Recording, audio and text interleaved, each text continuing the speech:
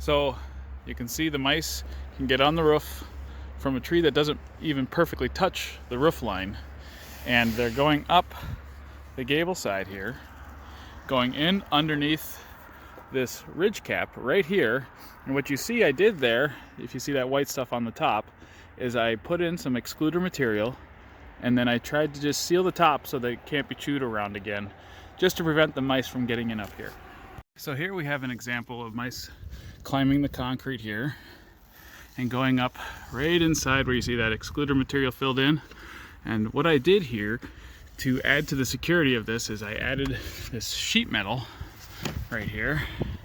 It's brown sheet metal, and I just brought it down a little ways and around, made a 90 out of it. And what I do when they bend that is I bend it past 90 so that it kind of compresses itself, you know, right here up against the edge here, so that way the 90 holds.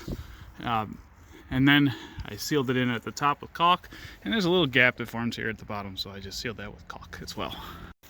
And again, here's another example of how making a 90 with that sheet metal on the concrete.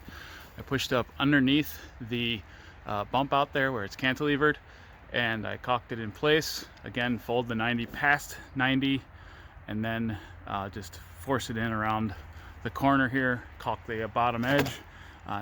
It makes it where the mice can't get up to that wood and chew through it. This is a good example of what happens when you have a garage door that's not fitting perfectly against its against the weather stripping here.